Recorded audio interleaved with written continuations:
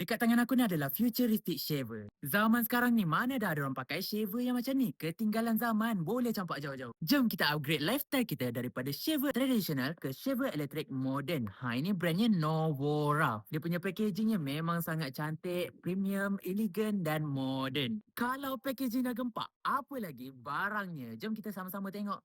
Tada! Inilah dia, shaver Novora. Shaver masa depan anda. Weh, pertama kali tengok macam mesin basuh. Korang tak impress ke dengan design dia? Bagi aku memang betul-betul futuristic dia punya design. Korang akan dapat juga kabel, berus, kepala nose trimmer dan juga uncang. Ini kepala shaver dia. Lepas tu tempat charge dekat bawah. Lepas tu tepi ni ada butang on. Kita on. Dia ada LED. Dia tunjuk bateri berapa. 86 bateri. Lepas tu tinggal lalukan je dekat tempat yang korang nak shave. Wih, terus rata. Korang tengok. Dah rata. Mudah sangat nak cukur janggut, nak cukur misai. Sekarang ni, mana pergi bulu-bulu tu? Sebenarnya dia terkumpul dekat dalam ni.